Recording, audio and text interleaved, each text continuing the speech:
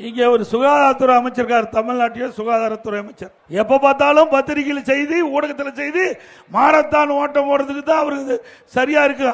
ஆனா நம்முடைய அரசு மருத்துவமனை பற்றி கவலைப்படாத ஒரு அமைச்சர். இதுல நாம சொன்னா கூட தப்பு.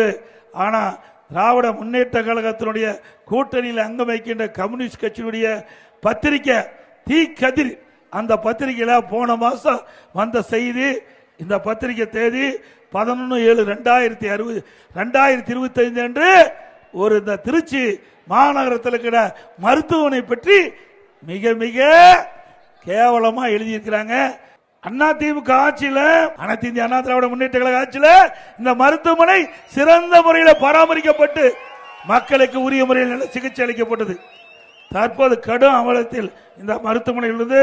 அந்த மருத்துவமனையில் செவிலியர் பற்றாக்குறை, அதே மாதிரி மருத்துவர் பற்றாக்குறை, போதிய மருந்து இல்லை, அங்கே குடிநீர் சரியாக இல்லை, கழிவுநீர் மற்றும் குப்பைகள் சுத்தம் செய்யாம எல்லா பக்கம் துர்நாற்றம் வீசுது. அதனால மக்கள் அங்கே நிம்மதியா அங்கே சிகிச்சை பெற முடியல. அது மட்டும் இல்ல, எலி பெருச்சாலி எல்லாம் ஓடிட்டு இருக்குது. இப்படிப்பட்ட அவலம் அந்த ஹாஸ்பிட்டல் இருக்குது.